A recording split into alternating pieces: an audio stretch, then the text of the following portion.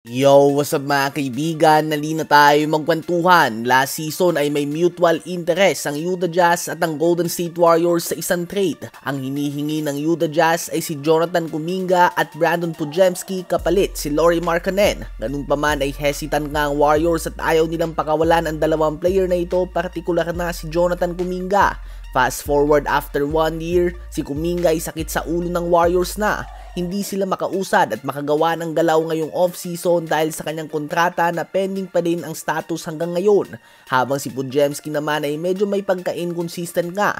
Habang si Lauri Markkanen naman mga kaibigan ngayon ay naghahalimaw sa Europe at tila ba nagsisimula na ang kanyang prime. Si Lauri Markkanen ay nagpapakita ng mga kakaibang stats habang naglalaro para sa Finland.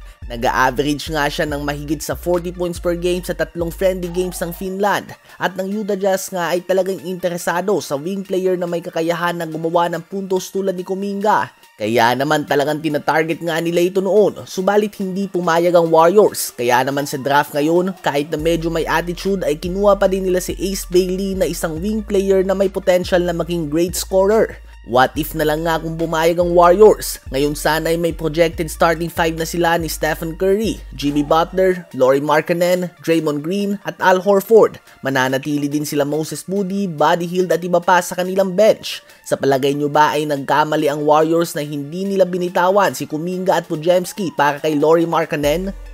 Habang ang 5-time NBA All-Star John Wall naman ay inanunsyo na ang kanyang retirement sa basketball.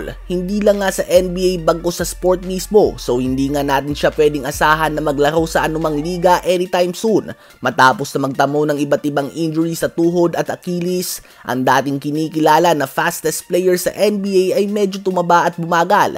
At dahil hindi nga ganun ka-develop ang kanyang outside shooting at bumagsak na ang kanyang athleticism, dahan-dahan nga siyang nawalan ng minuto at ng team sa NBA nang bumalik siya mula sa mga injuries na ito.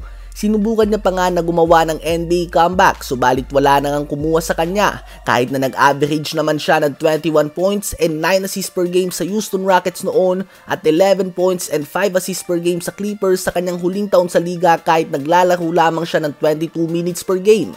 Solid player at NBA caliber pa din naman si John Wall, subalit hindi niya nga inalis yung ugali niya na pang star player kahit na role player na lamang siya at hindi nga ito nagustuhan ng mga team at isa nga ito sa mga dahilan kung bakit wala lang kumuhang team sa kanya sa NBA. Si John Wall ay isa sa mga top point guard sa 2010s. Ganun pa man posibleng hindi pa nga sapat ang nagawa niya upang mapangalanan siya bilang isang Hall of Fame player. Dahil din sa pag-retire niya ay tanging si Paul George na lamang ang natira sa kanilang draft class sa 2010.